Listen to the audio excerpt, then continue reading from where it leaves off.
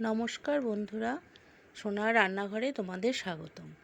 আজকের recipe mutton কারি।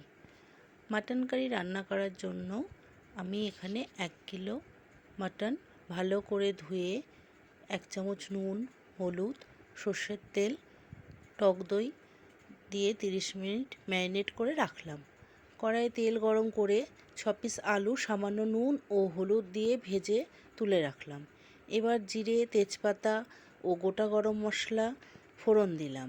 তারপরে 4টে কেটে রাখা পেঁয়াজ কুচি দিয়ে কিছুক্ষণ ভাজলাম। এরপরে 1 চামচ আদা বাটা, 2 চামচ রসুন ও কাঁচা লঙ্কা বাটা, 1 চামচ জিরে গুঁড়ো এবং 1 চামচ কাশ্মীরি লঙ্কার গুঁড়ো দিয়ে মশলা কষালাম।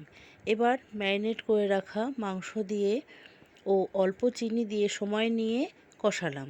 তারপরে প্রেসার কুকারে মাংস ও পরিমাণ মতো গরম জল ও আলু দিয়ে 3টে সিটি দিলাম।